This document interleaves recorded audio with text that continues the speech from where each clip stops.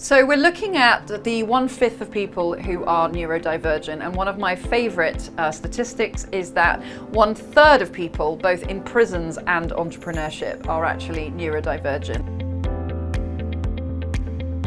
Hello, I'm Sara-Louise. I'm a neurodivergent therapist and entrepreneur, and I speak on neurodiversity, diversity, equity, inclusion and belonging, and awareness of domestic abuse in the workplace. So what you call RSD, I think it's very similar to what I would call abandonment trauma or abandonment wounding, abandonment terror. In therapy, I think one thing I love working with is RSD because it's so painful and so complex, and it's such a big part of our community. And I think even when people don't know they're neurodivergent, when they find out about RSD, they're kind of like, oh, maybe I am. That's the thing that makes them think they could be.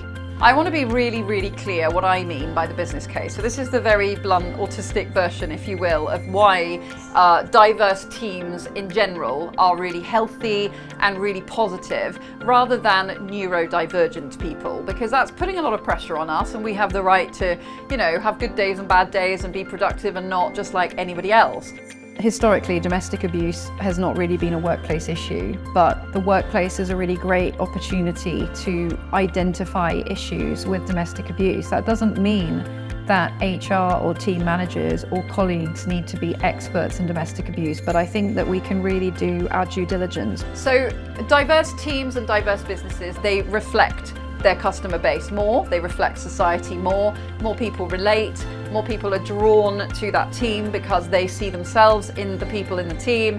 It's just more positive. And according to Deloitte, diverse teams are 30% more productive. And then because you feel rejected, you're reacting, and then you just get into this awful cycle, and you describe it really well, where it's terrifying, it's painful, it's automatic.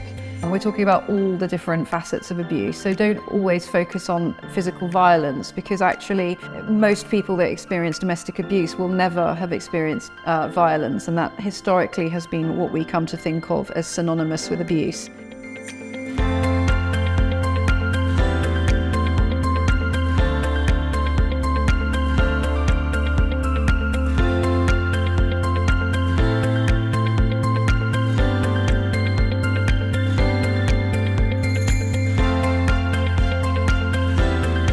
I think the biggest learning that people come to me and say at the end of therapy is, I've learned to accept myself, I really like myself now, and that always fills me with pleasure. I can honestly say those are the things that have made the most difference to me. Compassion has made me much more resilient.